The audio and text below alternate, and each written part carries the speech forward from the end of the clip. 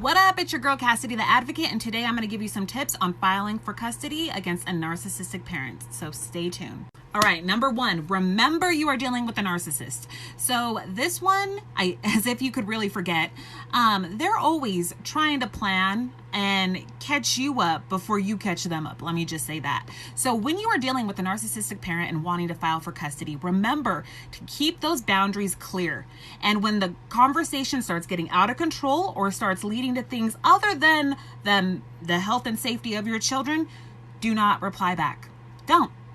And make sure to try to always be civil in your conversations, because they could always screenshot that same conversation, twist it around in court, and then the judge is going to say, hey, you know what? It shows like you're kind of adding fuel to the fire, etc., etc.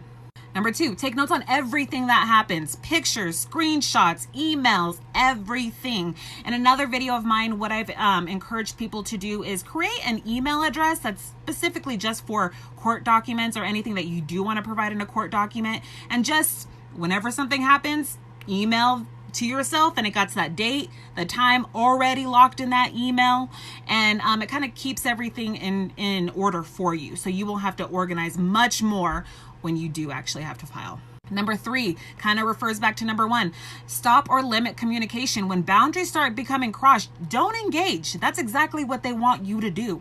And then you're going to get yourself worked up, because it's going to be like talking to a wall, and then you're probably going to express yourself, which isn't bad, but depending on how you do that in the conversation, especially if it's through messages or texts, the judge is going to look at that as both ways. So be mindful of what you say as well. So when the conversation starts to go awry, just cut it off. It's better for you, and you're not, they're going to want you to respond. You're not going to be giving them what they want.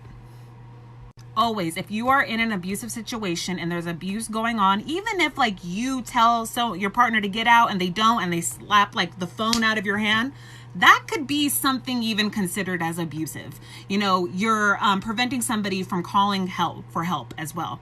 And so just keep in mind all those little things, but definitely call law enforcement. And remember, referring back to number two, document. Number five, use witness evidence. So if you got anybody who has been there present when some of these, abusive incidents go down, or some of these narcissistic behaviors go down, have them come with you. And let me tell you, it's a lot easier said than done. People want to show support, but when the day comes, it can kind of give somebody the jitters to even show up to court. So do the best as you can when it comes to having witnesses present, okay? Like and follow for part 2.